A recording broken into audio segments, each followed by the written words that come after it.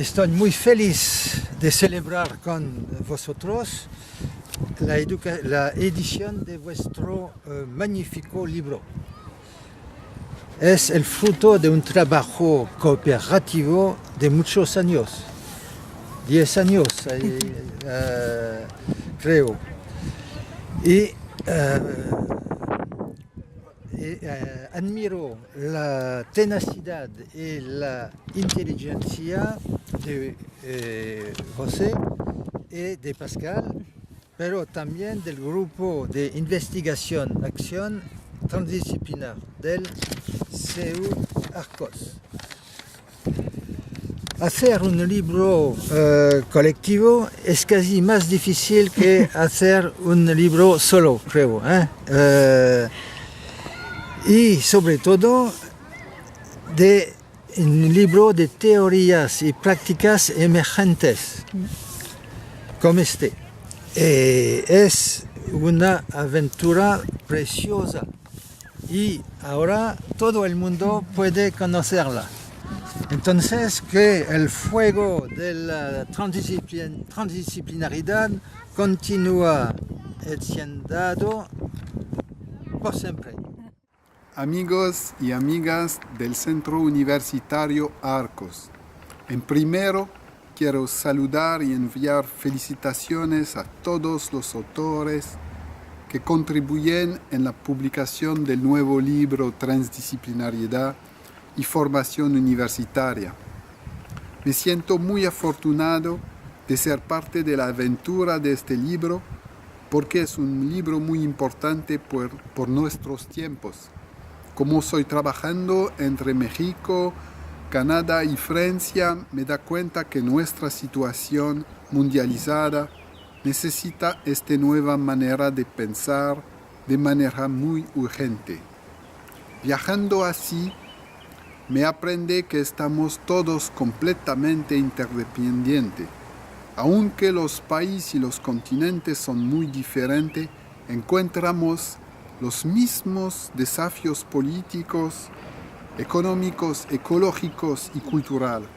Y estos desafíos necesitan de poner en diálogo los saberes y las diferentes visiones del mundo. No es suficiente de hacer un diálogo de las disciplinas académicas, pero de cambiar nuestra visión profunda de la vida, ¿no? Porque la realidad es como un tapete tejido con grande precisión y delicate. Debemos concientizar que no solamente los saberes son relegados, pero también el cuerpo y la mente, la materia y la conciencia, los seres vivientes, el aire y la tierra. Es un libro muy importante también porque nos da un acceso a los conceptos y principios centrales de la transdisciplinariedad y de la complejidad. Y también nos describe una experimentación concreta con la creación de curso en el Centro Universitario Arcos. La parte teórica contiene, por ejemplo, una introducción maravillosa de Ergan Morin que explica la urgencia de este pensamiento, un capítulo de Ubiratón d'Ambrosio que nos enseña los lazos entre las personas, las sociedades y el mundo naturales. Un texto de Basarab Nicolestru que explicando los orígenes y las posibilidades de la transdisciplinaridad. Y también un texto de Gastón Pino, quien presenta diferentes tipos de investigación transdisciplinar. Entonces, la teoría es buena, pero no es suficiente. Y es porque la segunda parte es muy importante, que está escrita colectivamente por el magnífico grupo de investigación del Centro Universitario Arcos.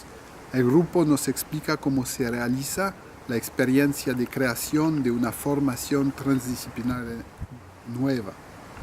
Tener junto teoría y práctica es muy raro en los libros universitarios. La experiencia del Centro Arcos nos enseña cómo religar las experiencias vividas y el pensamiento por el medio de la reflexión personal y del diálogo colectivo. En este libro podemos ver un camino de reflexividad y de diálogo para empezar de cambiar nuestra visión de la vida.